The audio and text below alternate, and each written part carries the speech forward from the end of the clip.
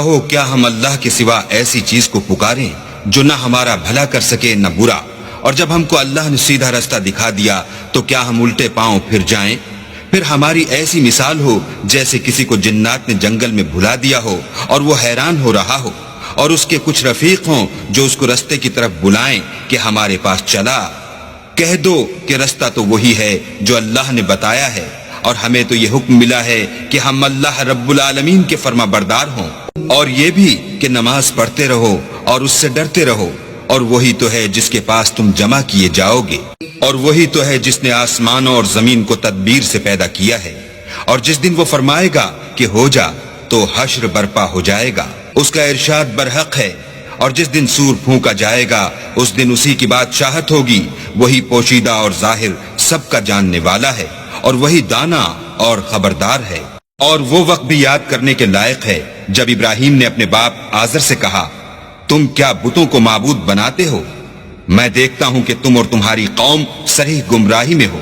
اور ہم اس طرح ابراہیم کو آسمانوں اور زمین کے عجائبات دکھانے لگے تاکہ وہ خوب یقین کرنے والوں میں ہو جائیں۔ یعنی جب رات نے ان کو پردہ تاریکی سے ڈھانپ لیا تو آسمان میں ایک ستارہ نظر پڑا، کہنے لگے یہ میرا پروردگار ہے۔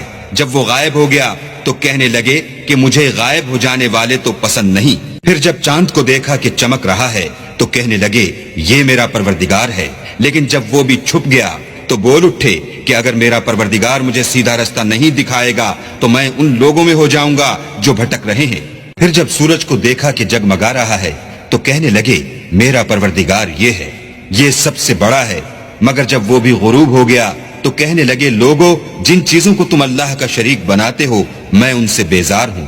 میں نے سب سے یکسو ہو کر اپنے تئیں اس ذات کی طرف متوجہ کیا جس نے آسمانوں اور زمین کو پیدا کیا ہے، اور میں مشرکوں میں سے نہیں ہوں۔ اور ان کی قوم ان سے بحث کرنے لگی تو انہوں نے کہا کہ تم مجھ سے اللہ کے بارے میں کیا بحث کرتے ہو؟ اس نے تو مجھے سیدھا رستہ دکھا دیا ہے، اور جن چیزوں کو تم اس کا شریک بناتے ہو میں ان سے نہیں ڈرتا، ہاں جو میرا پروردگار کچھ چاہے۔ میرا پروردگار اپنے علم سے ہر چیز پر احاطہ کیے ہوئے ہے، کیا تم خیال نہیں کرتے؟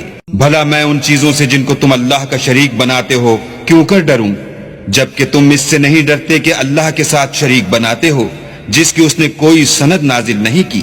اب دونوں فریق میں سے کون سا فریق امن اور جمعیت خاطر کا مستحق ہے؟